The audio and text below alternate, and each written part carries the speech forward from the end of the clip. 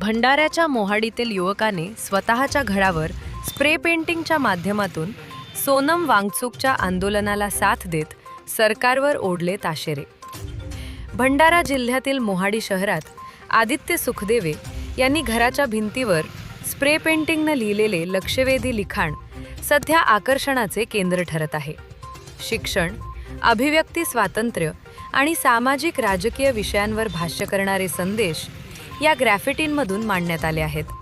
भिंतीवर Sonam matters, #We need books, not shit from politician, he fasted in silence, not to be silenced, तसेच #दरपोक विश्वगुरू असे संदेश spray पेंटिंगने लिहिलेले असून विविध स्तरांवर चर्चा सुरू झाली आहे।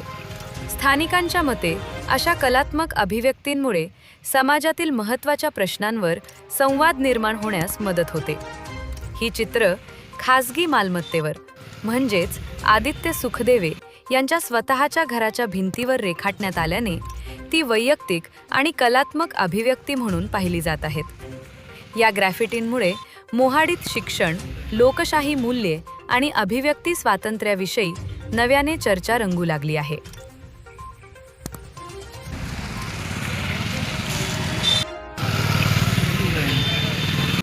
आपल्या परिसरातील अशाच ताज्या व महत्त्वाच्या बातम्यांचा आढावा घेत राहण्याकरिता लोकराज्यचा YouTube चॅनलला आता सबस्क्राईब करा।